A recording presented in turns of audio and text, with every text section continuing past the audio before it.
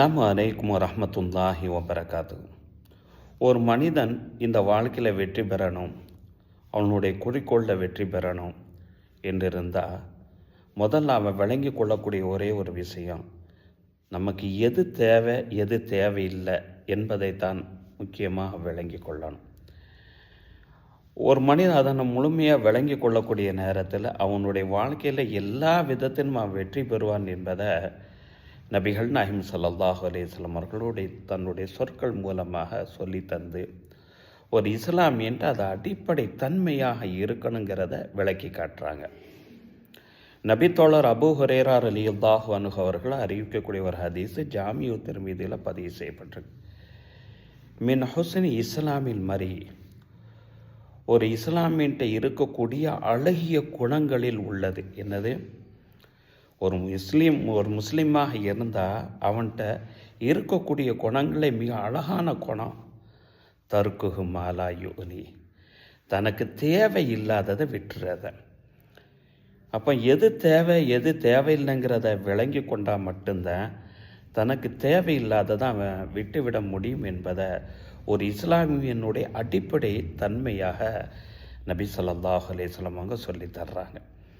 தேவையில்லாத பல பொருட்களை ஆசைப்படுறோம், தேவையில்லாத பல விஷயங்களை நம்ம தலைவிடுவது ஒன்றுனுடைய விளைவு தான் நம்ம வாழ்க்கையில் பல கஷ்டங்களை சந்திக்கிறோம்.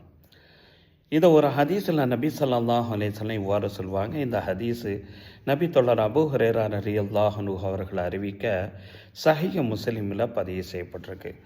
ரசூலுல்லாஹ் இவ்வாறு சொல்லுவாங்க, அல் முக்மினுல் கவியோ ஹைருன் அஹப்பு இலல்லாஹி மினல் முக்மினில் லைஃபி, பலகீனமான இறை நம்பிக்கையாளனை காட்டிலும் பலமுள்ள எதனையும் எதிர்த்து சாதிக்கக்கூடிய பலமுள்ள இறை நம்பிக்கையாளன் தான் இறைவனின் பக்கம் மிக பிரியமானவன், மிக சிறந்தவன் என்று சொன்ன நபிகள் நாயகம் ஸல்லல்லாஹு அலைஹி வஸல்லம் அடுத்து ஒரு வார்த்தையை கேட்குறாங்க, எஹரிசு, நீ ஆசைப்படுறது தப்பு கிடையாது, அலாமா என் ஃபவுக்க, உனக்கு எது பிரயோஜனம் தருமோ, உனக்கு எது தேவையோ அதில் நீ ஆசைப்படு.